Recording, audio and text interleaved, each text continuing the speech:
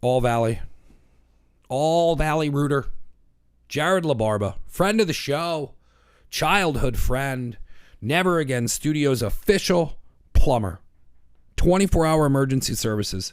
610-762-1656. That's 610-762-1656. They charge by the job, not by the hour, and they are 100% fully insured. They have free estimates. They also do installation and repair. They have a list of things. I can't go over them all on here, but you can find them at allvalleyrouter.net. All of Jared's services are on there. It's a beautiful website. You can contact him through that website. You can find out how to do, emergency services. Where should I call? Who should I contact? You can get all that there at allvalleyrouter.net. Free estimates, fully insured. Jared LaBarba. Check him out. Banco Beverage. Proudly serving the Lehigh Valley for over 80 years. It's 80 years. Say it with me. 80 years. It's a long time. Over 30 plus breweries distributed, including Miller, Yuengling, Pabst, Guinness, Heineken, plus a generous variety of imported and specialty brands. They are located at Crackersport Road in Allentown, PA. Can't get any more local than that, Lehigh Valley. Banco Beverage is locally owned, operated since 1933. They have an exceptional team of staff dedicated to making their customers happy. If you're interested in having Banco be your purveyor for whatever bar or establishment you own, you can go to www.bancobeverage.com. I have the information in the ads as well, and I want to thank Banco for coming on and being a sponsor.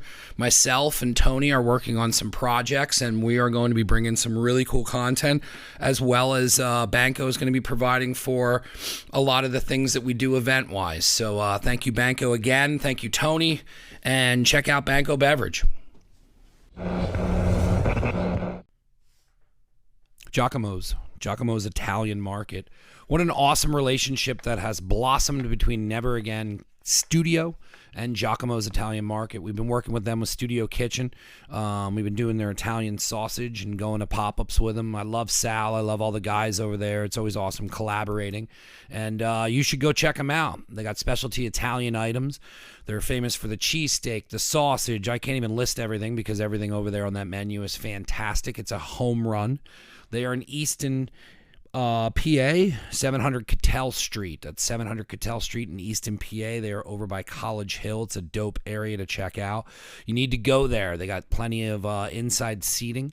They got all kinds of specialty Italian things off to the side, a pasta, vodka sauce. I usually just go there because I'm not making it as good as Sal. So I pick up my vodka sauce and, I say, what's up? We got some oils and all kinds of different things. But I can't say nothing but positive things over at Giacomo's. If you know them, you know them. If you don't know them, you're crazy and you need to get over there. That's 700 Cattell Street in Easton. That's Giacomo's Italian Market. Tell Sal what's up.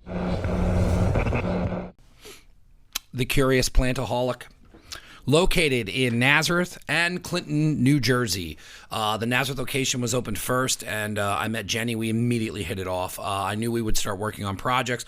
She is the energy and the breath of fresh air that Nazareth needs.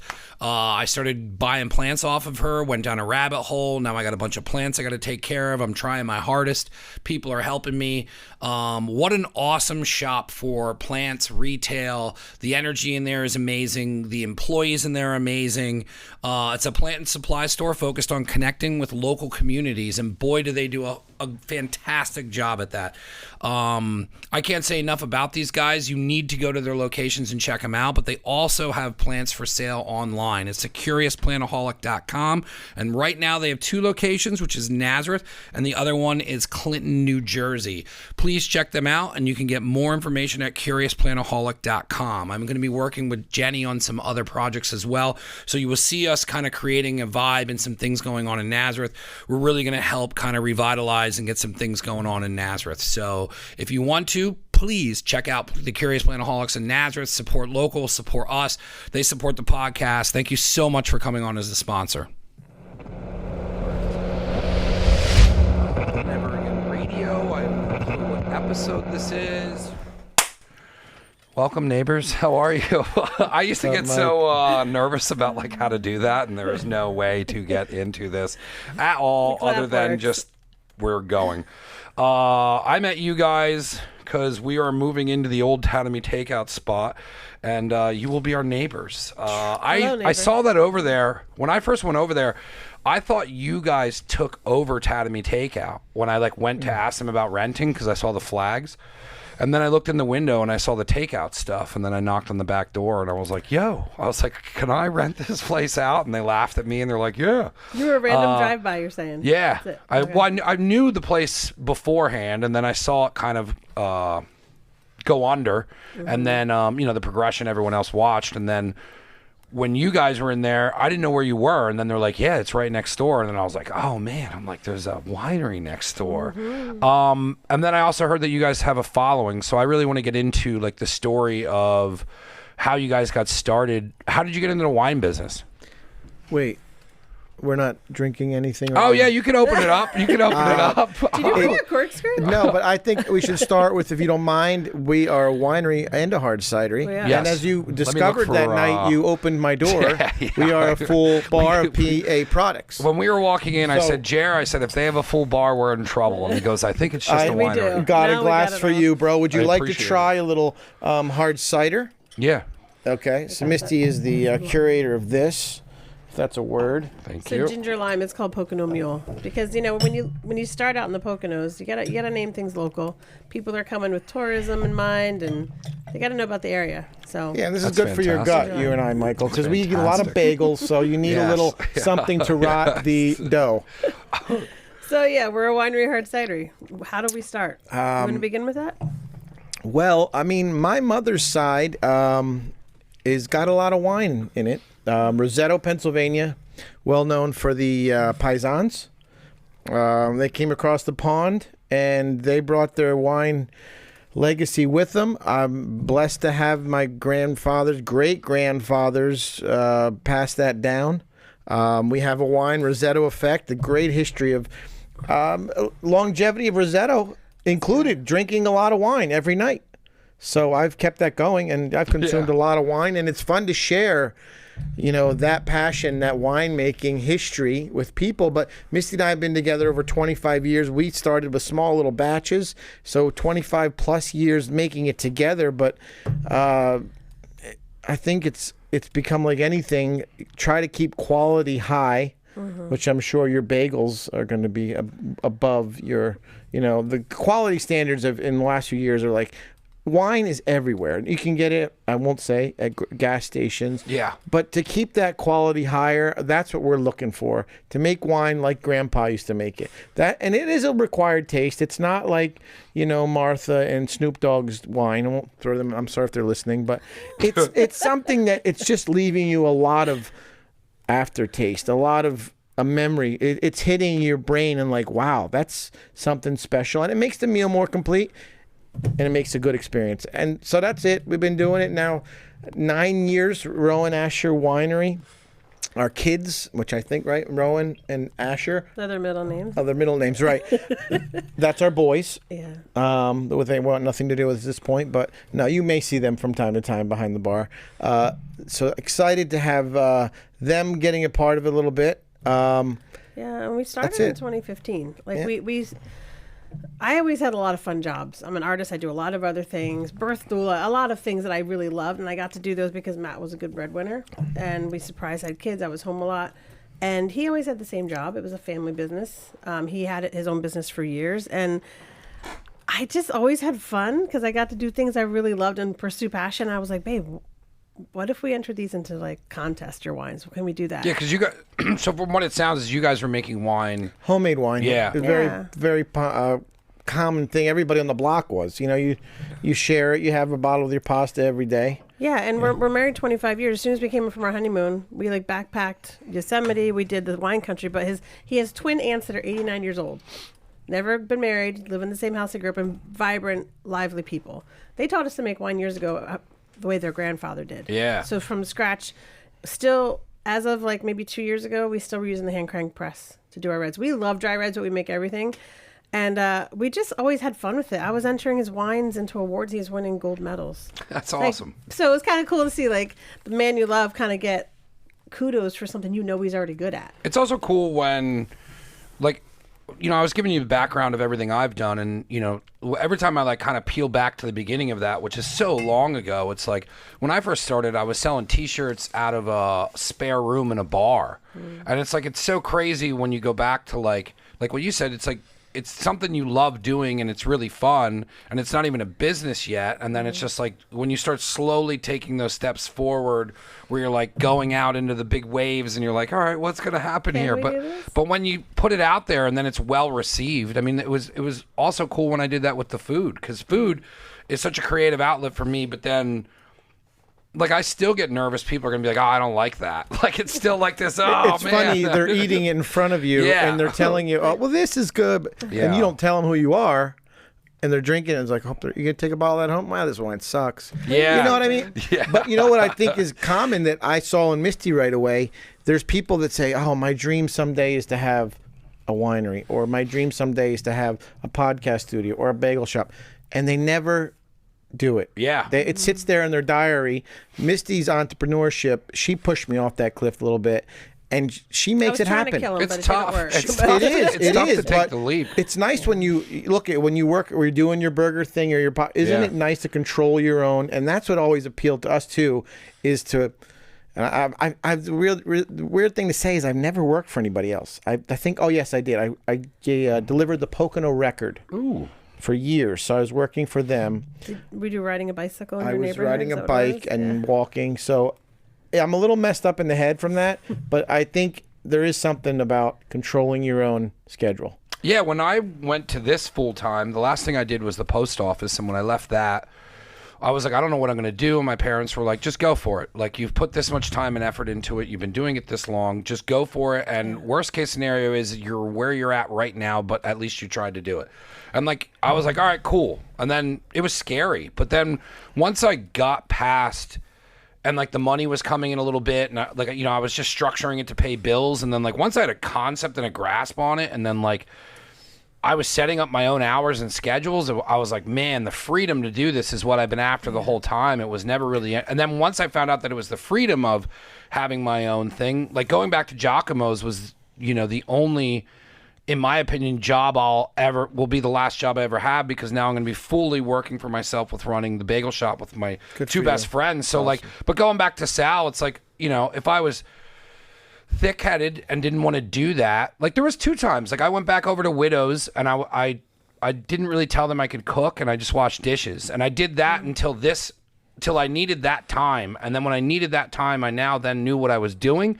And then I just walked away from there. Wow. And then came here. But I was like, if I was too prideful to go back into a kitchen, this would have never worked. And so like now, let me ask you a question. Do you have your own, is there a Michael's sandwich that you put on the menu at Giacomo's?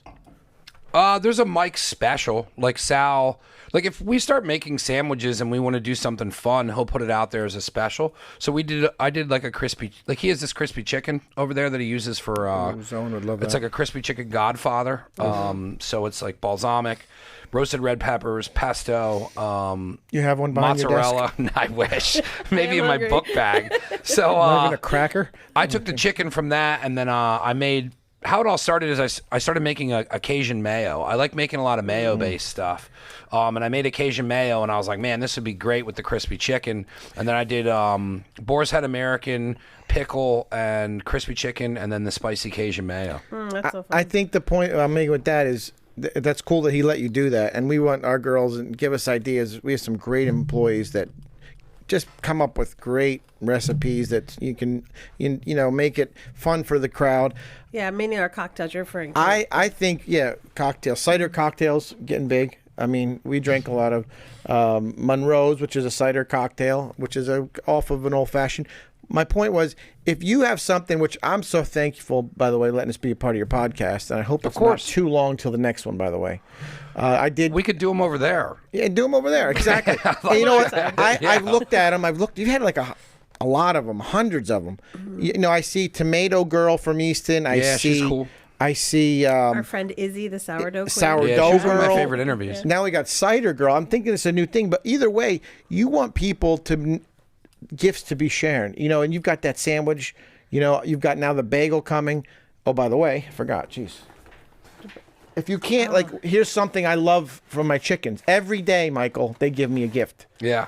And look, these are not now. When you cook with these, you're gonna want more. Just so you know, Yeah. take Show a us look the at colors these. in that case real quick. No, Here's your Michael camera, can. I Bob. can't see anything. It's from, if you just Aim right hold here. it right there. So every day, I love gathering my.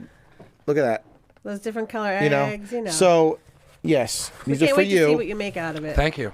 Michael. Never again on there. But what I'm saying is, I if appreciate it. I think the cool thing is Misty kind of highlighted is not that we are like educated, amazing Harvard grads or UC Davis winemakers, but you get that camaraderie going. And Tatamy is a great example. You'll see the neighbors there appreciate that you are making a spot for them They're so pumped. to share their story, They're to so pumped. unwind, They're so welcoming. you know, to come in and say, hey, Matt, can I set up over here? My kid's into racing and sell T-shirts or, you know, and it's not even about wine and cider anymore. It's just about having an It's a community experience. effort, really, don't you think? Like every time there's a big event, they come and say, "How can we include you guys? How can you be part of this next event?" The local cops are setting up things with Mm-hmm. us too. As we love the family atmosphere, and I think like when you're following your dreams, people want to be part of that. But when you have the passion behind it, that's everything. And that's like, you know, our we have two sons, they're 20 and 18. Just past couple months, and they have their own business too for 3 years, their third year now. What so are they proud doing? of them. They do landscaping. They work for Awesome. some guys before, and they Yeah. have their own truck and trailer. They go from like Mount Pocono, they're called Terrascapes, Mount Pocono, Water Gap to Easton, and they're working all through Tatamy. And I'm so proud of them for wanting to like put the horse in front of the wagon and say, we're going to do this. We know we can do it on our own, just to have that. But I had a friend to say to us months ago, like, oh, your kids have their own business and you have your own. I could never do that. Yes, you could.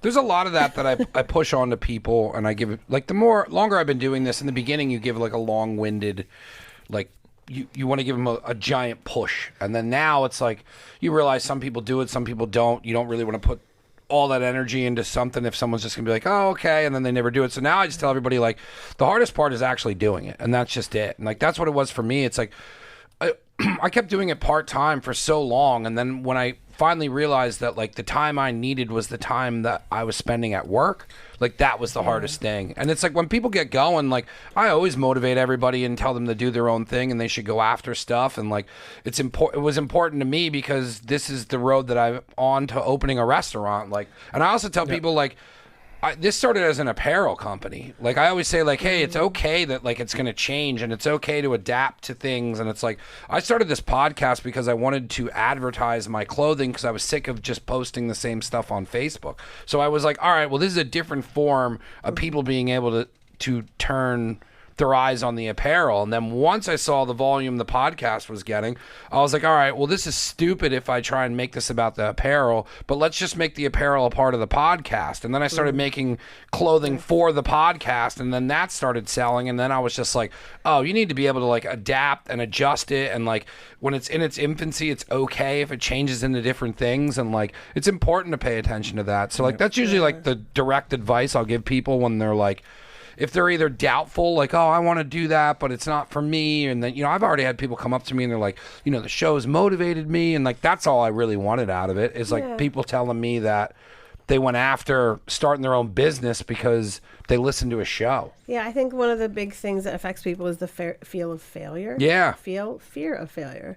And that's the thing that, you know, a lot of things, I mean, I've been afraid of things too, but we were talking even on the ride here, I'm not afraid to fail, because I just want to try it. Yeah. And, you know, and there's so many times we've failed in this business trying new things, and so many things we've been successful in too. And I always feel like, you know, when you try something, you don't have regrets. You just kind of move forward, and you don't fall back when you fail. You fail forward. You learn, you grow, you see what's next on the horizon. And so many times people will go through something and they'll fail the first, second, or third time, like, I'm just going to give up. Or I've been hurt before, I'll never do this again. No, you've gotten out of the way. The failures and the learning process, everything, you know, you hear about people talking about pursuing their goals, and it's all about, you know, self-reflection and building a better person inside yourself. It really is, because when times are hard, you have to know you can do it. and get past it. But to give up when you're so early in the game after a few failures, you already got it under the carpet. You're like ready to run at that point. Yeah. Just keep asking for the proper advice. It's like sometimes I'll look at like, I'll be doing something and then I'll be like if I can't like work something out with food, or like we come into like a hiccup with, especially like opening a restaurant is insane. I feel like I finally met my match for like the craziest experience that I could have signed up for. And then me thinking this was that, but I knew it was going to be like a big wave to get through, but like it's very difficult. And sometimes I'll look back and be like, man, like you've been through this so many times. Like you failed so many times to get to where you're going. Like it's okay, you're failing right now. You're going to adjust, overcome it. And like that's the thing is people don't realize it's like when you get in the right mindset and you start applying it towards business, you're failing, but in a sense you're just adjusting until it works. And then like if you keep adjusting and keep adjusting and keep adjusting and then finally it works. And like I tell everybody, like I'll see an open road and I'm like, ooh, you got it. Now stay on that road and something's going to come down and get in your way, but like you can move now. And like that's what it is too with like when we were on, like as soon as we got those keys, like it was so stressful. And now it's like you're starting to learn how to navigate through the stress and you're like, all right, well, we're slow right now. Okay. And then like I said to Gina last week, I'm like, we're slow, but like when this picks up, that picks up. And like now the oven's starting to get put together. And I was like, all right, you know, we're going to go back out into the ocean again. Like it's got, so it's like, once that's hooked up, then they're coming up and they're turning the oven on. Now we actually get to make the bagels. Me and Gina have been waiting for that for over 5 years. Can I have like a sample? Oh, everyone's going to come bake with you. Everyone keeps asking that, and everyone is going to have too many samples because we're going to have to start having to make in like batches of 200-300. So it's like, we're not going to be able. I want you to be one of those places that sells out like every day. We're hoping that. I mean, we built it for, we built it that if it's successful, the equipment we have in there, especially which was left behind by Tatami Takeout, it will make it really comfortable to do work. But we also have it set up that if we get crushed, we're able to keep up with to a point where we wouldn't even be able to wake up that early to do it. And you touch every bagel? Yeah, they're handmade.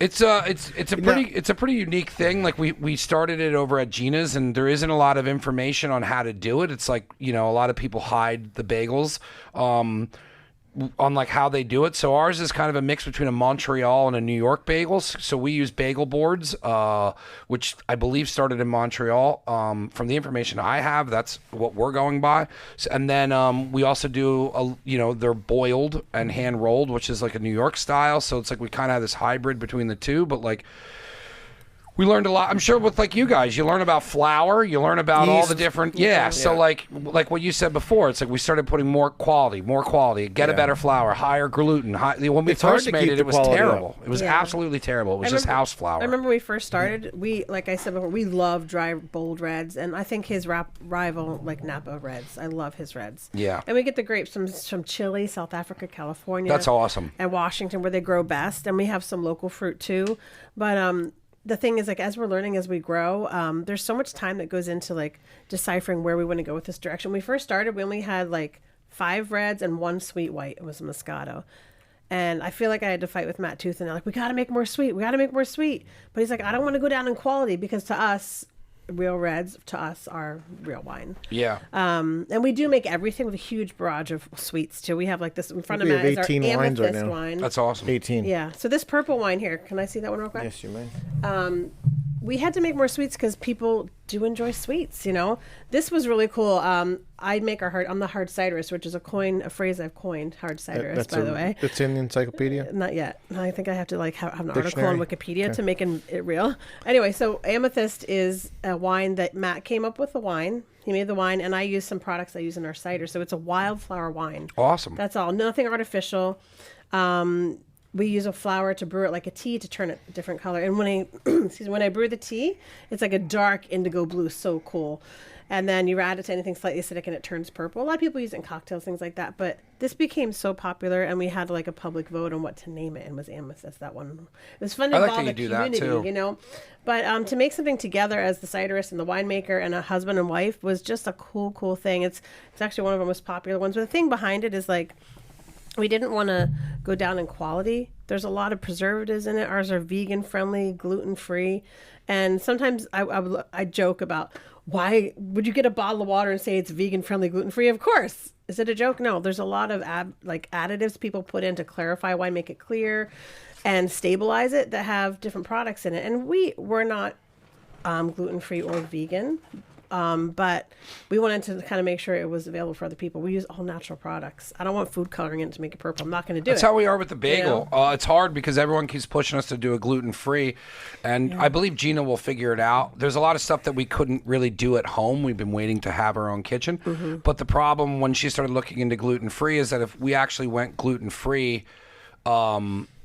it would have chemicals in it. And then she's like, well, these chemicals would be worse for you than the gluten. So it's like, we don't want to go that route because everything we have, so everything we have is like, we use our specific flours and stuff like that. And then we didn't want to go down the road of kind of cutting corners. It's like anytime we're infusing anything, we're actually putting it in the dough. We're not putting it on top. Like, and I think she will figure it out. But, you know, it's hard to do that and not have gluten when you're making a product that's gluten through the roof. But like, you know, that's kind of the stuff that we work on, is we have like a very specific thing that we want to do. We keep the quality up. Like we as dumb as it sounds, it is artisan. We're doing it from hand. It's coming from scratch. By the it's way, not a bought recipe. Are your bagels, did you say they're like airy?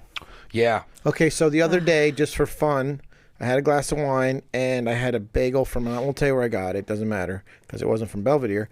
But I dipped it in my wine, and we might have something there. But we'll try. It has to be airy, by the way. Those dense ones don't like that. We've done bagel chips. We got those down, so we're going to do a lot of that. So, I mean, that goes good with cheeses and wines. And I'm a dipper, so I like to dip a lot of things in everything. When you were talking about your mayo inventions, like Matt would totally love your mayo. He's I like need the king sauce. Of dips. Yeah. When there's a food dish in front of me, I want it wet, and I want to just dip bread until it gets all over Italian blood. All my shirts are stained. They're just dipping stuff everywhere. You know? He only has black shirts now because they're all stained. Anyway, that's how good. I am. And wait, pork roll or Taylor ham? What are you gonna have over there? We're doing Taylor ham to cause an argument. Is that the fancier name for pork That's roll? the Philadelphia family, right? I looked into it Jared looked into it last night. So the company was originally called Taylor Ham, and then as it got further down, because it was started early on, I don't know what year it was, and this is a very brief version of it, and I probably have it wrong, but it came to a point where they were like, this isn't ham, and you have to stop calling it ham because it's pork roll. Sure. So because it wasn't a ham product and wasn't actually ham, they then changed the name to just Taylor. So the Taylor product was originally Taylor ham. So Taylor pork roll used to be Taylor ham, but they legally had to change it because it no longer existed as ham. And they carried two specific pork rolls. They carry Taylor pork roll, and then they carry Trenton pork roll, which is a duller version of, like, because I mean, Taylor pork roll has a specific taste over other pork rolls. So we're going to be bringing that in. Giacomo's uses Trenton pork roll, which I didn't know until... Is it the same as Canadian bacon? No, Canadian bacon is ham. Yeah, it is ham. I just thought you were going fancy pants on us because you're an artisan shop opening soon next to us. I thought maybe that was like your, it's Target or Target. When it came to decide it, everyone from Pennsylvania calls it pork roll, and everyone from New Jersey calls it Taylor ham, and it's an argument, and we want to put it on the menu so people are... Yeah, you'll be the only one calling it Taylor in Pennsylvania. Yeah, but that's what I want on my bagel. Like when we first did this, and I kind of ran it as a test. We put out a bagel, and I was like, hey, we have Taylor. Like, we were doing breakfast sandwich pop-ups, and I was like, it's a Taylor ham, egg, and cheese. And immediately, as soon as I posted that, someone's like, yeah, it's not Taylor ham, it's pork roll. Like, you will have people talking about it only because of the name. It's algorithms for your page. Who cares? Yeah, like, we're doing it on purpose. It'll start a conversation. Yes, exactly. It's like, no, this is really pork roll. But then I actually prefer...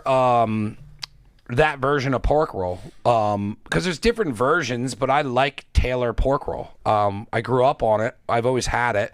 If you call it Taylor pork roll, there isn't a problem. Once you call it Taylor ham, Pennsylvania will start arguing with you. That's it. Pennsylvania. No worries there. Yeah. I mean, that's what all my boys and I like, the pork roll, egg, and cheese. A little everybody does. It's not that I don't eat any other version. It's just what we're choosing to sell. Sure. Yeah. It'll be exciting to see once you guys are settled in, and just really producing, get in the swing of things. There's nothing like being self-employed. I mean, there has to be a balance of everything. I have to have people who don't want to be self-employed to work with us, and I appreciate their hard work so much. We've got a good crew with us. But I have to say, like years ago, we call the shots. Like we lived back in the woods somewhere in the Poconos, just south. And every night when I'd see Matt coming up our acreage in his truck, I got so excited to see him again. Because before we had kids, we had surprise. We didn't know we were going to have kids. And we worked together. We did full-time volunteer work, and then we worked his job together. We were together all the time. Then we had a family. And then now that our kids are older and working on their own, it's so nice to be able to see each other every day. And there are tough days where he probably wants to wring my neck, we put up with each other, and I clean more toilets, carry more kegs. I painted my nails. It's twice the work. I don't know. I don't usually do that, but it's not work if you enjoy it, right? Yeah. Yeah, you're scrubbing, cleaning, working, but it's yours. I mean, another night on a Saturday, a guy came in, has a really successful business, owns a pharmacy. He's crying in front of me. I'm like, "You all right, bro?" And he goes into the story, and I'm like, "Oh man," but I was able to say, "Man, sorry," and we had a drink. He bought me a drink, and it's like, we stayed after hours. But that's work is like it's beyond work at this point. There's like this bond now, especially in Tatamy. I'm telling you, I don't know what it is. They're like a mile by 2 square miles, but there is a real feel in that town, and it's yet. I'm afraid to be any more developed, but it is going to be good for us. Tatamy's special. It is. So I think you got to have some type of Tatamy bites or bagel Tatamy. For the kids, I don't know. We have a Tatamy T-shirt now, so I think we're going to have a Tatamy wine one of these days. So there's just a difference. I think when you get to, we were talking about like calling the shots, the whole thing. Like when events come up and you want to sponsor somebody, you're like, yes, this is my deal. I can do what I want. You can serve others in a better way when you have your own business. You can support charities. You can do a lot of other things, and we're so happy to be in the business we're in, just because I feel like it's fun. My dad, he said wine brings people together, and it really does. Like we have like a barrel share where you can buy certain cases and we all make it together. We bring in these big vats of grapes. Which our customers really helped us push. They used to go to South Jersey and do this, and our customers like, do it here. Why am I going to South Jersey? I'll do it here in Tatamy. And it was a huge success right out of the gate. Yeah, and so they're digging their hands into these big vats of grapes, and I hit my mic. Sorry. You're good. So big vats of grapes. They're digging their hands into the cold grapes that were just delivered from South Africa, and they're putting them in the machine. This big auger spins, it separates the stems and the leaves and it just breaks open the grapes so the juice will come out, and they're helping us through the whole process. And I think like what it is like I want to know about everything in the world. I want to know a little bit about everything. And I watch their joy, their smiles, their laughter, and their excitement every time they come to make wine with us through our barrel share program. And nothing beats it. You're sharing part of what you love with them, and they keep coming back, and they're the ones that support you, but you feel like you're supporting them, and you know them so well. We talk about how we have 2 different locations. We were on Main Street in Stroudsburg for years. Probably, I think we're in 9th year there. So that was your first location? We started in Snydersville, behind Shock's Harley Davidson. There was a People's Lumber Yard. His dad bought the warehousing, said, if you ever want to start a business, do it. He always offered it to me because I had a lot of little businesses. Yeah. And it ended up being both of us this time, which was cool. And then our first year in, we opened a tasting room also. So we had 2 locations in Stroudsburg, right in the hub of Main Street, 616 Main Street. And it was a cute little place. We still have it there, but we get a lot of tourism. We One have block like our down townies. from Front Row. Yeah, the old. It's not there no more. Yeah, no, we used to go to Floods in the front row and all that. Yeah. And it's cool because like there we get a lot of tourism. We have some townies we know, but tourism is one thing where we have like, there's a beast that comes through in the early part of the hours we open. It's people doing wine tastings. They're going wineries, and they're trying to rush in and out. And then it chills. People are coming in before dinner drinks. And we do full cocktails. We have bourbon flights, hard ciders, our wines. We have huge PA craft beer list. So when people walk in with their wife and like, I don't want to be here, they can have anything they want. But We have a lot of tourism, so we're telling them where to go for dinner, talking about the Poconos. All of our Monroe's named after Monroe County. We have a honeymooner. You know what it is, Michael? I feel like I would be a really good hired by PA Tourism. The number one question I get is not what am I drinking, where should we go to eat? Mm-hmm. Yeah. What is there to do around here? And that's a tough question in the Poconos because, even with COVID, a lot of some of our favorite spots closed or relocated. Yeah. And there's a lot of moving and shaking going on in East Stroudsburg and Stroudsburg right now with the restaurants higher end. They're trying to be like Easton and Bethlehem. They're trying to be like Giacomo's or Belvedere.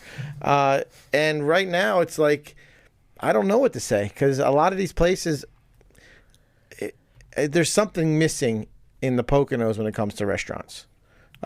They're growing and expanding. They're getting better. But I mean, the Lehigh Valley's got it, I'd say, now. Yeah, the Lehigh Valley, oh man, yeah. Easton for sure. Easton and Bethlehem. But either way, I think what's really cool about owning your own business is do people really know what goes into making a bagel?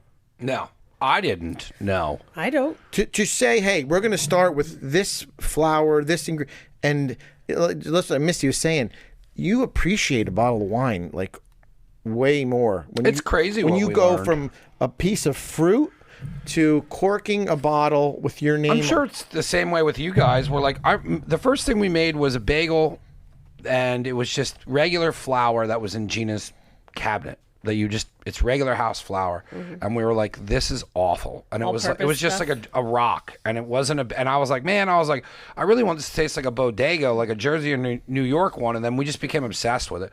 But now the two of us can go in somewhere, and I'm like, oh, this is cheap flour. Oh, they're using this oven. Like it's crazy what people don't know about bagels, and I believe I don't know anything about bagels. I eat them without starting an argument with people is I never understood why anyone from New Jersey said that Pennsylvania doesn't have good bagels.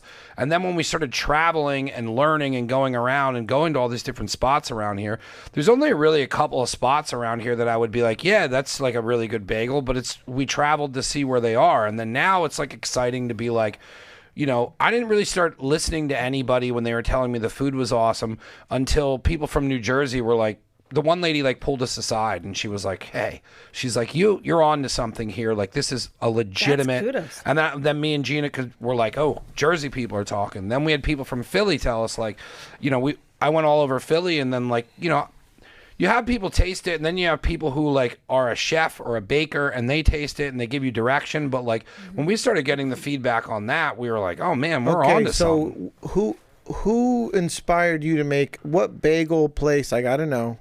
Because I am in search, especially in Jersey, I feel like, because I don't know New York as much. Whose bagel said, I'm going to make a bagel like this or better? Where was that? There was never really anything of trying to make it better. We went to, I'm just blanking on the name. It's the name of the town in New Jersey. Is it off Route 80? I forget the name of it. Gina grew up there as a kid. So she started taking me to spots that she knew. Let's call her. From when she was a kid, and then that kind of inspired us to have a little direction. So we weren't ever really trying to beat anybody. We were just getting direction from different spots that we liked. And then it's we ran out of places to go around here, and then we just started going into Jersey just because they had better breakfast sandwiches at some of the spots. And then when we just kind of just kept searching and searching and searching, and then at the same time we were making our own, and then I was calling pizza. I have a lot of friends who make pizza, and they're serious pizza people, so they'd be like, hey, get into this flour, or my buddy Angelo turned us on to this flour company that then was giving us sample bags of higher gluten. So good pasta is made with semolina. What flour makes a good bagel? High gluten. Yeah. Super high gluten. And it's hard to get high gluten because you can't really get super high gluten in a grocery store. So then once we started kind of going out and about, you started getting into getting different types of flours and doing different styles of bagels. But I mean, that's just one bagel. There's semolina bagels that we make. There's pumpernickel. There's sourdough? Sourdough? I believe we got into that. I think that was one of the things where it was one of those where we were like, we need a kitchen. We don't want to. You know what I mean? There was stuff where it was just so annoying to do it in a house kitchen. Mm-hmm. Mm-hmm. So your glass I'll just is hit empty. up Izzy and be like, can the we Italian just have, in me is Izzy, that's right. What do you want to say more? You want something else? Say more. That's fine. This is good. Yeah. Italian in me, you can never have a glass empty, you know? No, I appreciate it. Anyway. So where was the like when you guys first got this business going, and you're like bottling it and selling it, and you have your tasting rooms. When did you really kind of hit the ground running, where it was like a business? It takes a while. There's all these sayings that you have to produce a certain amount of barrels or bottles per year to make it a business. But you learn the tricks of the trade too, as you guys are learning with starting a new business. And for us, I think like in the summertime, we're really busy doing festivals. I think like really understanding how it works. There is a beast in the bagel making industry, and you guys are about to learn it all. Oh yeah, you're in the beginnings. Learning how it rolls, learning to be more creative too, and not like we just don't want to give up quality. Yeah. And I think what really helped us to keep growing and growing is Matt has the gift of people. He can make you feel loved and important, ask you questions, make you square, make you laugh, and then you had a good time. He's so good at it. I think that's when you have a lot of alcohol. Maybe. No, he can do it without anything around. And I think like our reputation, I think, helped to build us a lot. People tell us from far and wide, and I because it's been 9 years now, I really lean into it. You guys, we walk in your place, we know we're loved, we're cared about. And I love that. It's about the people.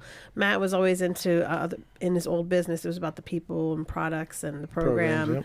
And it's really what it's about. And we train our employees. Sometimes we're working with like a college crowd. And that's coming in, or maybe new employees. And some of our employees have even said, you guys taught me how to love people. Because we tell them when you come in, there's 5 fingers. I was a really shy kid growing up. I didn't talk till I was like 17. I had an older sister who was bubbly. And so I had to learn how to speak. And then I married a man who's outgoing. I have to talk, But I tell them, like, when you're nervous, put your hand on your thigh. There's 5 fingers. There's 5 questions you can ask people. Where are you from? How'd you meet? Opens a whole world. People laugh. Should we tell them our story? Blah, blah, blah. Okay, let's say everything's done. What do you like to do with yourself? What's your hobbies? What do you enjoy? And they will talk. Yeah, and you have interaction. Ask them questions. From there, the conversation rolls. We try to train our staff to let people know they're loved when they walk in. We walk in our Main Street Stroudsburg location. On the wall, it says good vibes. We just want positivity. And we're in a pretty crazy world where things are tough. But we want them to unwind when they walk in.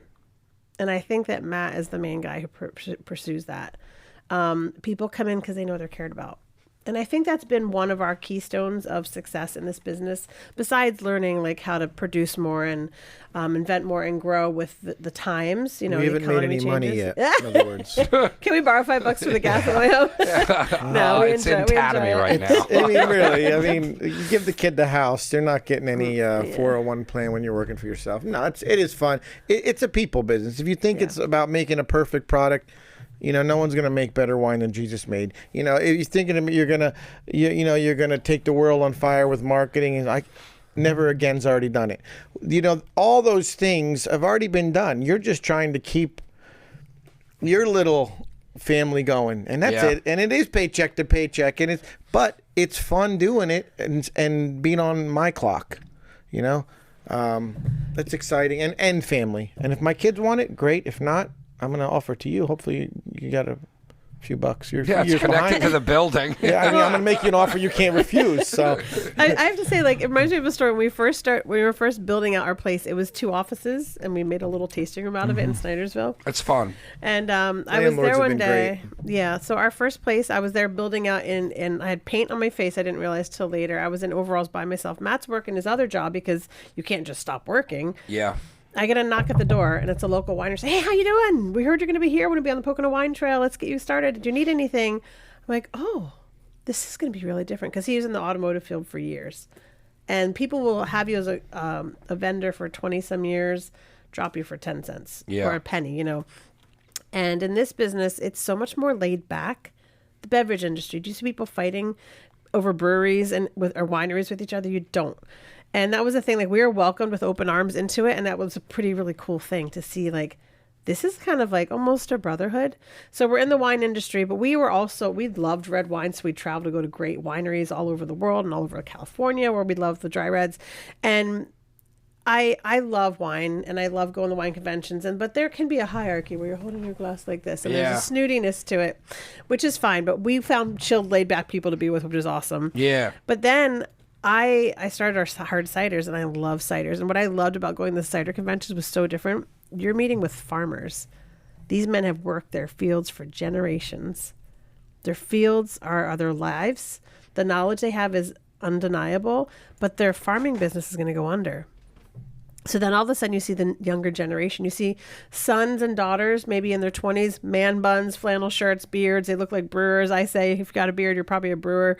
And they're so laid back, and they're teaching you everything they know. And that made me really fall in love with ciders even more, because I wanted to make them. When we first started, there was 18% tax on hard ciders. Super high taxation. And we fought this law to help ciders have lower taxation, and it went through maybe a year or two after we opened. And so we were able to promote that. But I just I get like a little novelty about everything. Everything's so exciting. You learn everything. Everywhere you go, there's something to be learned, you know? So being part of an industry that really helps each other, aside from what he used to do for work, has been really, really cool. We're helping each other. You know, you don't go to one winery and say, oh, don't go to them, don't go to them. Yeah. We say, go to everybody, taste it all. If you like this, go there, and we share it. And that kind of helped us to understand, like, we're all local business people. We told our kids, like, every time you buy from someone local, you're feeding their kids. You're helping to pay their rent. That's true. And so you guys are our new neighbors. You're our new local business to support. Like, it's cool. Over the years, we had the privilege to help out a lot of people.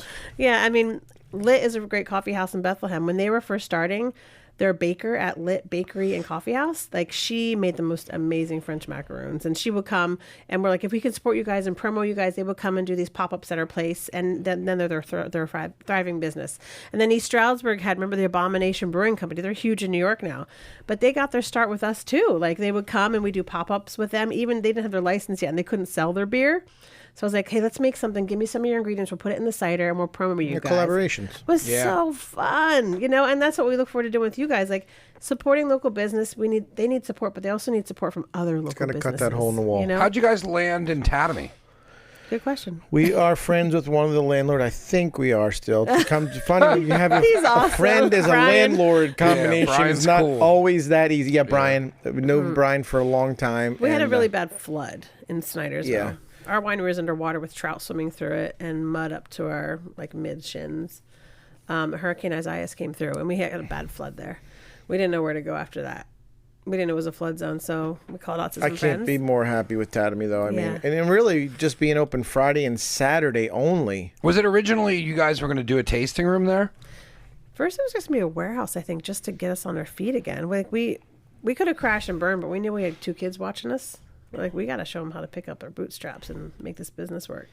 So it's tough in those situations to do that. Yeah, insurance didn't cover any of the disaster. Oh, that's cool. So that wasn't fun. I mean, you have insurance, and it only covers pipes that break inside the building, but not a natural disaster that breaks open your doors.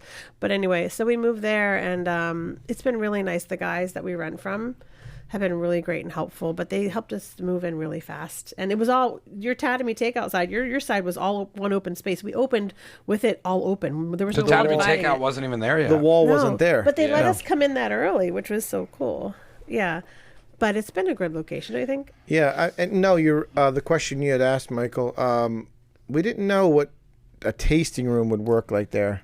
You know, now that Sheetz and Wendy's they're super busy. A hotel going in over there. Who knows what's going to happen? Yeah, the hotel is going to be cool. I'm excited for that. I have a place to stay when I can't go home now. You're right. I like that. But also, I think just the fact that doing Friday and Saturday helps us a little with our rent and helps us with other, cash flow, which you never know what winter's going to be like. We kind of always gear up, try to get a little bit in the bank for winter.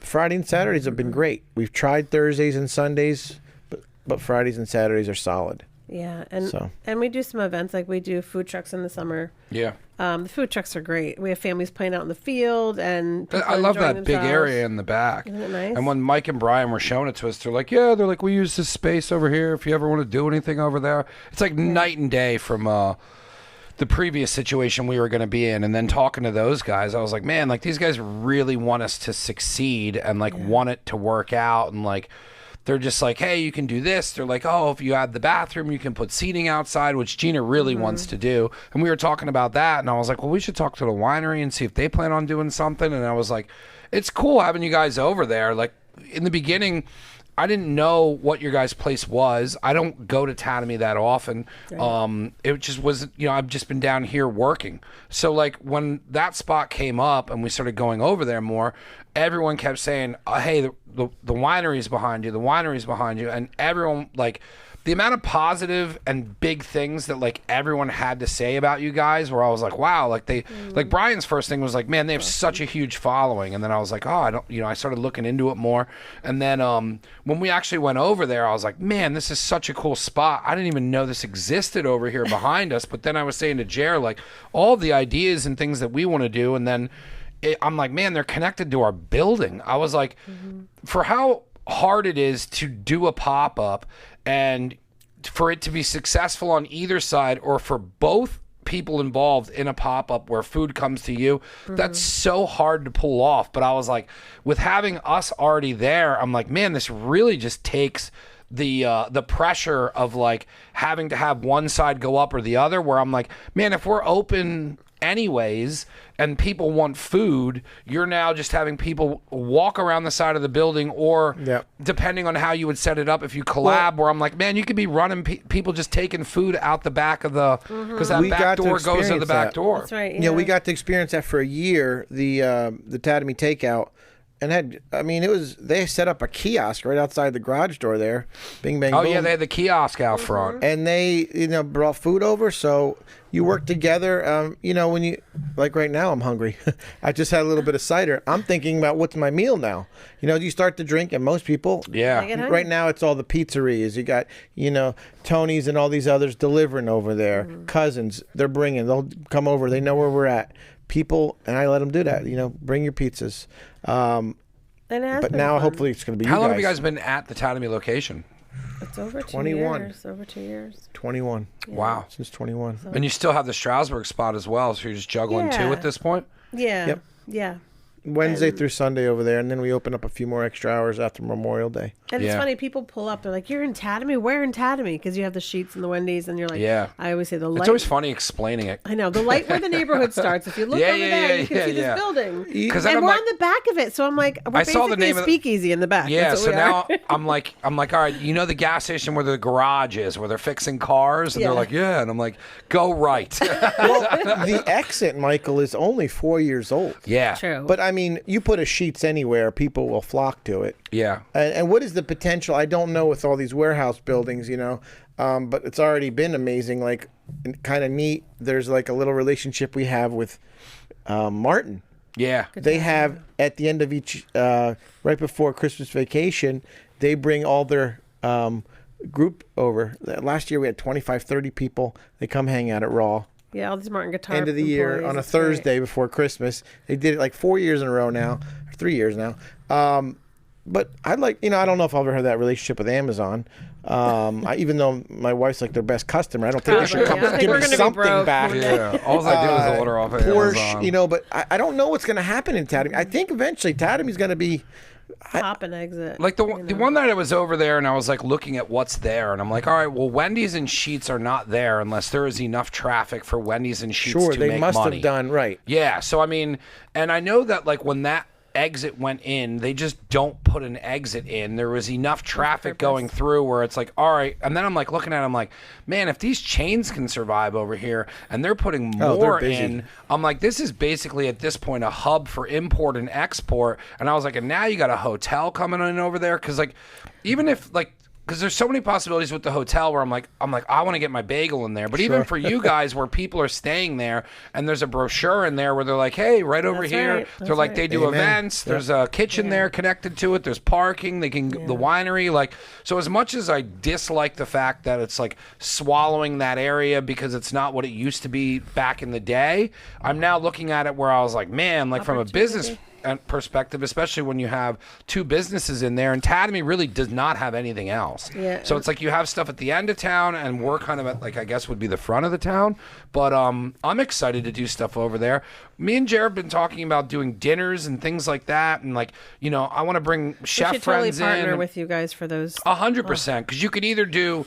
Because, like, the more I think about it, I'm like, all right, well, what would you do in our space? Well, you would make one large table, and then you would have people sitting in there. But then you could also double dip and then put another setup in your guys' space. And there's a field. Now so, like, you could sell twice the amount of plates because you have twice the amount of room. And like, we're gonna eventually get into that fun stuff. Like, I started a burger club down here, and like, I would design a T-shirt, and it was around. Thanks for the invitation. It was on my social media. So like it was during Valentine's Day, so I did a Heartbreak Burger Club, and it was for people who didn't have dates. They could come here and get a burger. So when you bought the T-shirt, you got the burger, and then Banco Beverage gave me a couple cases of High Life, and I just had beer here. So like we came down. Go Banco. People would come down here, and they would get their burger, pick up, and then they would either eat it here and hang out, or they would leave. And I cut it off after like 30 orders, just because you can only put so many people in here. Yeah. But it's like I want to bring that back over there. It was down here? Yeah. Wow. I did a lot down here. We did a comedy show.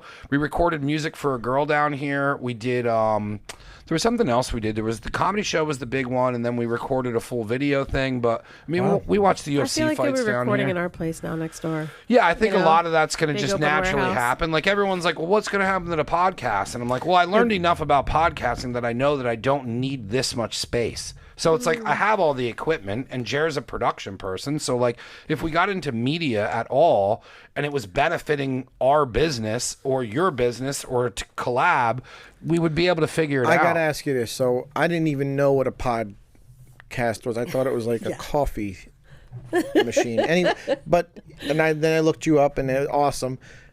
There's not a lot of wine podcasts. Can I become your competition? I mean, Gary Vaynerchuk, we know. No, I mean Gary V has got if you did that, and there's a ton of different people doing different podcasts. I always tell everybody, to go out and try and do it. It's just a ton of work, and it was not easy to put this all together. It's like I have people who know production, Jer and Matt and these other guys that I'm sure you'll meet just from them coming in. It's like, they gave me the knowledge to do this, and I set it up. And without this space, I wouldn't be able to do it. But like having the restaurant, it's like, okay, well, we can probably set cameras up and do it over there and like set up a look. So, I mean, you could do a lot. And that's what I'm excited for, because everyone thinks I'm just going to stop doing this, but it's like it started as a T-shirt company, turned into a podcast. Now it's turning into, I'm partnering with my best friends to open a restaurant. It's like there's still going to be this version of myself. It'd be like you guys are never going to stop creating wine and you doing the things that you do. It's who you are as a person, which is what the show is all about. So it's like if that's in you, you're always going to be creating in some sort of a sense. Yeah. It's like if you guys sold the business, you wouldn't stop making wine. No. I feel like it'd be too hard to sell. It's our baby. It's so hard to think about selling a business. I mean, it's not for sale, but I mean, I love creating our labels. We make all of our labels. We do everything ourselves, and just having your hands on everything is so fun because you create your brand. I mean, that's the thing that people see is the branding. That's my favorite thing is creating the brand. That's what I like doing. What do you think of our label, by the way? I like it. Do you see the RAW? Yeah, the R is backwards and the A is on the side. I thought you. And by the way, our first wine. Do you see that? Misty Love. Oh, all right. It's the first one he won a gold medal for, actually, Matt. Secret. 17 years old. I chased her for like 10 years. That's when we met, but I didn't like him at all. He asked me out twice. I'm like, nah, hey, that gives me confidence in dating. I just can't wait to try it with a porchetta. You better make that every day. We're going to do a slow roasted pork, so that'll work. But I want to bring my buddy Angelo up, who does porchetta, and I want to bring people in on Saturday nights. And our draw will come out, your draw will come out, and then you have somebody bringing something that's not from the area, which is also going to pull another draw as well. Mm-hmm. It's kind of fun. I'm actually, because you're on soon to be new neighbors, it's so fun to see a brand grow from nothing. Yeah. And you already created all this backstory, you and your friends, and you with your podcast over the years and your restaurant experience. But to see it grow and change, it took a while before we kind of felt our motto. Yeah. Have you heard our motto? No. Go raw, drink raw, live raw. I like that. Ooh. So and like we said, raw, R-A-W. It took a while for Never Again to get its own, because Never Again eventually was like, it's who you are. But it took me a while to explain that in a sentence instead of just this long-winded thing that I did. So with the there's so much behind it. Yeah, so with the Belvedere, we chose not to brand it with Never Again because that's mine, and we didn't want to do not a collab, but we wanted to start fresh. So it's this was supposed to be on Belvedere Street. Mm-hmm. And then it's all right, well, let's just keep that because we're moving forward with the project. So we kept Belvedere, which we're all excited about now, but it's there's so many possibilities that like it's cool creating a brand with them because we're all close and we all kind of think the same way creatively. So like seeing the black and whites and like, you know, doing the logo design and like all this stuff and like just the little things Jared's doing to make it special and like the stuff Gina's doing. So it's like, for me, from an artist standpoint, it's really cool to see them kind of like us create something together, as it's always just been they've been a part of what I've been doing. So like I'm definitely excited to like open and get going and like be a part of something. And I think with you guys over there, it's going to be really easy to just cross collaborate and do a lot of different things. And like when Jared texted me when you guys were doing that karaoke night, and he like sent a video and he's like, "Look how many cars are here." Yeah, it's third Saturday of every month. And then that's what I said, like, you know, there's nothing over really in Tatamy. So it's like there's all those people over there that really have nowhere to go, or they have to. I know how it feels, because like when I'm here, I'm tired of eating pizza and there's really not anywhere for me to go. Right. And then if I do go places around here, they're usually just slammed because there's the same people going every weekend. So it's like I'd be stupid not to give Tatamy something on a weekend night, even if it was once a month or like we time it on that. But I'd like to do it every Saturday. Yeah. Like for me, it's like I don't mind working a double on that day. I've worked doubles plenty of times, but like to leave that on the table would be crazy not to give them the burger that I make and like all the different sandwiches that I want to do, because we might not even incorporate that in our daily menu. Yeah, and you're building who your reputation is right now. And it's funny, Matt shared with me a while back a scripture that kind of said, better is the day of someone's death than the day that they were born. I'm like, okay, I had to think about it, because your whole life you build your reputation. Yeah. And that's what we're all doing together, is building your reputation, because you don't know who you are when you first start. Your business is just being born. Yeah. Almost. I can't wait till the birth happens so we can eat bagels with you. Oh, we're just going to get ran over. But who are you going to become? It's like having a child. Yeah. Who are you going to become? How is the public going to know you? What heart and soul did you put into that they felt, you know? And that's the kind of the fun behind everything that you do, is like how much you put into it. Because you can start something and have no heart, but when you build something and people feel your excitement, that is everything. When they feel like they're part of your growth, that is everything. Where do you guys see yourself going, and where do you want to go? Do you want to build Tatamy out more? Do you want to do more in Stroudsburg? Do you want to build the brand out? Is there more wines coming? Like, where do you guys see yourself in the future? I'm going to be 51, so I've got 12 good years left. If I make it to that, but Tatamy, I didn't expect it to be ever as big as it's gotten. I would like to have a place I own instead of pay rent. That was our goal. Then COVID came. Yeah. That rash has messed a lot of us up, you know. But that's the goal, to have our own place, a middle of a destination winery, not so much to grow and take care of. I'm not really a farmer. I'm a winemaker. And the weather of Pennsylvania is just stupid. Atrocious. Oh, gosh. I just keep telling her I'm moving. Except I like solar eclipses. You know, those bring people together, happy moments, traffic jams.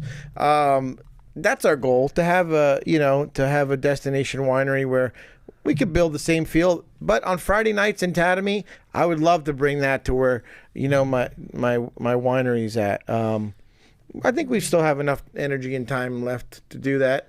You know, if we keep watching ourselves, you know. You know, things are so unpredictable, but right now we're just enjoying it. Of course we want it tomorrow to have that, but Stroudsburg is I think is going to be as long as I want to check out the Stroudsburg. It's pretty cute. The first room is like boho, tall ceilings. I love it, tall ceilings. The chandeliers I made for our first wine barrel. Yeah, like literally, it's our first wine barrel. Do you do the decor? Like, who designed what's in Tatamy? What? It's cool. Both locations. Like, I walked in and I was like, yo! Oh, yeah. Matt's so good. I appreciate stuff like that. He does trust me a lot. And I do love design, artists, you know, that whole thing. Like, I'm happiest when I'm creating something. Yeah, same. So, I mean, you've done a killer job over there. Like, it's really like inviting and it feels awesome. Like, I walked in and I was like, we're in trouble. And Jared's like, this is our neighbor. And I was like, oh. I think we're going to put a sign up too. That's our next goal over there, is to put a sign up. Cool. We're in the process as well. Signage is not cheap, and never, you know, once you make that final, it's like, oh, I hope that's going to bring them in. And Jared's been going back and forth with the contact you gave him. It seems like it's leaning that way. Good? Yeah. They're a good company. I'm glad we can help you guys out.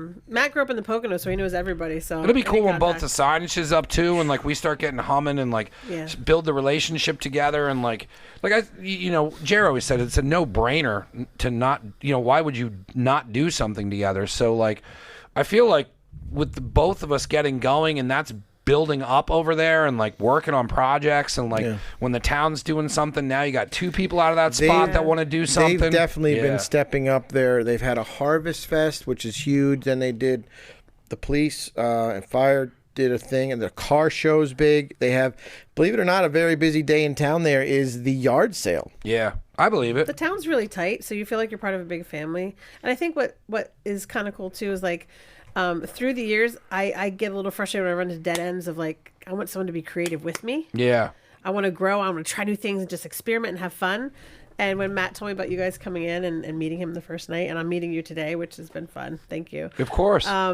I feel like you guys are progressive and creative too. I'm really excited that you guys are the three of us, it's not just me, it's Jer has his own sense of creativity. Gina definitely has her own sense of creativity, but we're always, this whole thing started because we wanted something specific that we thought wasn't in the area. And then it's like, you start going on a journey, and then we're like, all right, well, coffee shop's cool, the hours work and like all that. And then it's like, when I started traveling with Jer, he's like, this is, the vision I see for this, and like the dinners, and, when we were out in Vegas, we went to this really cool dinner, and it was one of the most memorable things I was ever at. And I was like, man, these people just did this in a warehouse. Like, it was a rum distillery, and they basically, it was based off of 20,000 Leagues Under the Sea. And it was like you were on a movie set. It felt like you were underwater, and it was like, it was like almost like a play.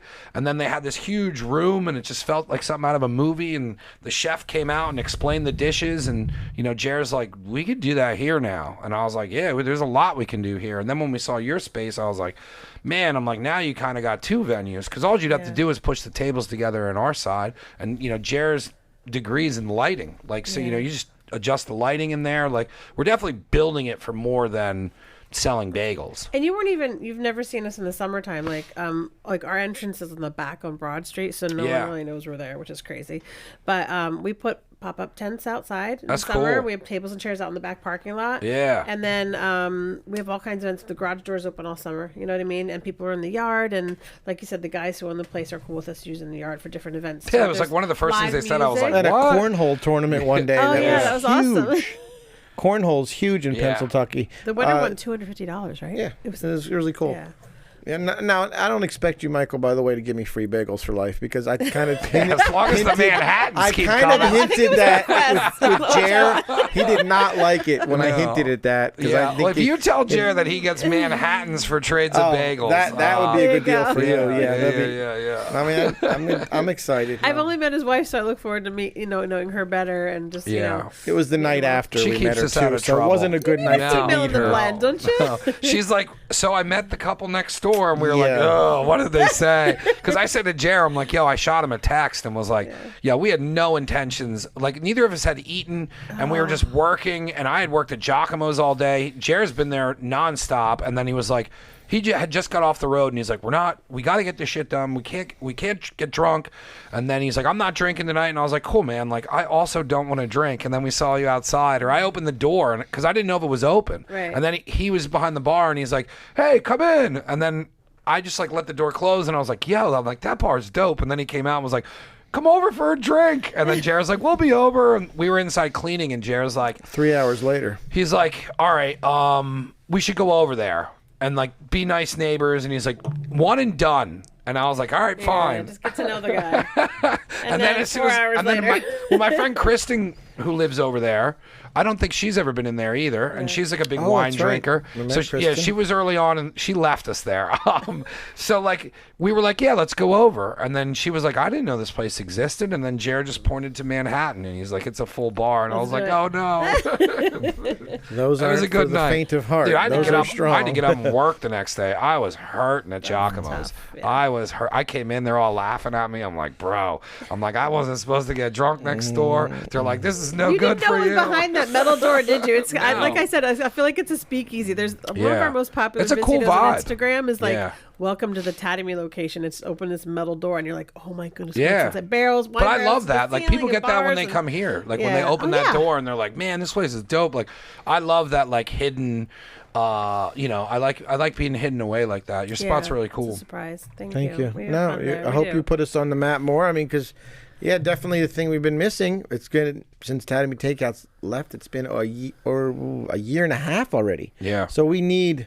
reliable foods. We're we trying, need man. need We're it. looking probably mid-May, end of May. I mean, it's all coming down to like inspections and like the Harrisburg's involved. So like they got to come out and food safety. yeah, we got to like send out paperwork, and then they it could take a couple weeks until they actually look at it, and then they got to send somebody out for like the first health inspection. But like we're chugging along at this point. It's like it's all stress, but it's like you really can't get mad. The oven should be turned on next week. Fingers crossed. We got countertops coming in. Like we're getting equipment now, and that's been a long way since me and Gina waiting. We were waiting on our old landlord for 3 years. Like that was probably one of the most trying things I've had to deal with as an adult male was when he pulled out of that project.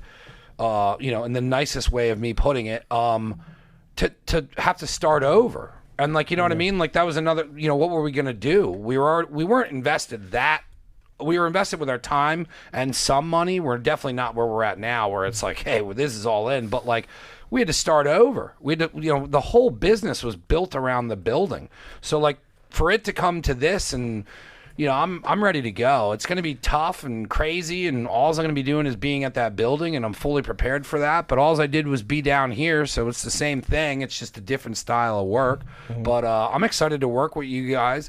Your story's awesome. We can definitely do this again. I think there's going to be stuff that grows out of this. I appreciate you guys coming on. It's been fun. What I want to do to wrap up is I want you guys to kind of give out your social media, how people can follow you, how they can get your products, if you have a website, and like what locations you guys have. Sure. You can find us online. Our website is www.rawwinery.com. On Instagram, it's Raw Urban Winery, and Facebook, it's the same thing, Raw Urban Winery. And you can reach us like our Stroudsburg location. We are open Wednesdays through Sunday. In the summer, we'll be open on Mondays again. We basically open at 1 o'clock most days, 12 o'clock on Sundays, and we're open late in the evenings. And our Tatamy location right now, Fridays we're open 3 to 8 p.m. and Saturdays from 2 to 7. We hope to grow those hours too eventually. But the third Saturday every month is at Tatamy location is our karaoke bash that you guys ran into. Yeah, you guys bring in It's some. fun. Jared said you guys like bring somebody in to run that. Yeah, her name's Misty. And she can sing really And she's well. really so, cute. No, yeah, no, we've it's had well a girl, supported. right? But now it's We flipped Misty's around been a little doing it. bit. Yeah. We do. We'll have live music too. And what I love about it, it's so well supported. It's almost hard to get on the list. So it's everyone's singing. It was crazy. Like he Fun, showed me it's because fun. the whole parking lot was packed, and then there was a line of cars all the way down the road. Yeah, it became a big deal with people. People come from Doylestown to come all the way. Yo, It's so shout out to crazy. Doylestown. Yeah. My buddy's It's got a a fun little robin town. shop there. That's a long Yeah. ride. Cool Actually, record shop April down there. 19th, Yeah. we've got 2 guys playing for Friday our night. first music of the year, and then we'll have also starting once a month trivia Cool. with Yeah. a DJ Q, who's a really Oh, they're really good. funny Spanish dude from New York. Yeah, He's good at it too. It's very He's entertaining. awesome. So April 20th is our first karaoke night, Saturday. And it's just a cool thing, like to see people just like when you can create a space where people are having a blast, it means so much. So I hope you guys come and visit us. Oh, 100%. I'll definitely come over there and check it out. Last time I think Jared was over there last weekend with a buddy who came into town. Everybody who we've been bringing over there is just like, yo, it's so cool this is attached to you guys. Yeah. And I have a question. Yeah. Is this a commitment maybe? Because I think, this is going to be online, right? Yeah. Can I come make bagels with you one morning? I'm not a morning person, but I want to learn how to make a bagel. I'm not starting a bagel shop, but will you let me come and roll some bagels with you? Yeah. I just want to learn a little bit of everything. I would love to try it. We'll probably be in there at Once 4 you're really good a.m. at it, I know it's going to be tough. Yeah. No, that's been haunting me for a while, getting Hours? up that early. No, Yeah. I don't care. I'd rather that than be working dinner. You have the rest of your day off. You're off at 2 o'clock or after cleanup 3 o'clock, right? Yeah. you can do things with your life. You can. It's going to be an adjustment. I mean, it all comes down to timing. I mean, it's a cold rise, so the dough gets made the night before. It gets put on racks, and then overnight is the rise. But you have the temperature of the walk-in cooler is what controls the rising of the dough. So when you walk in, you're pulling them out, let them come to room temperature, and then like when we come in the morning, we're not making bagels, we're cooking them, and then throughout the day we'll be making them too. So yeah, like different batches. Yeah, that's Gina's world. Mine's the flat top. Gina's the baker. We kind of draw a line in the sand, and this is your world, this is mine, and we do a cool. We like kind of like support each other and whatnot. And I'm definitely gonna have to learn the process, but that bagel's all her. Like, but you know, we worked on it together, but she's the baker. So if Gina's kids get sick and she gets sick, you're gonna take over that shift for her too? No, I'll probably just close for the day and go to the winery. There you go. Manhattan time. Here. Thank you guys so much. Of course. Michael, it's been great. Thanks. Yeah, I appreciate it. I can't wait to build this relationship further. You guys have been awesome. I usually close this out with a long-winded subscribe to all my stuff. This is one of the last podcasts here. I appreciate you guys being on my way out of the studio, and anyone who is listening, watching, go support everything they're doing. Thank you so much. Thank you guys. See you soon, bro. We Looking forward to did the future with you. an hour and 15 minutes. Very good. Yeah.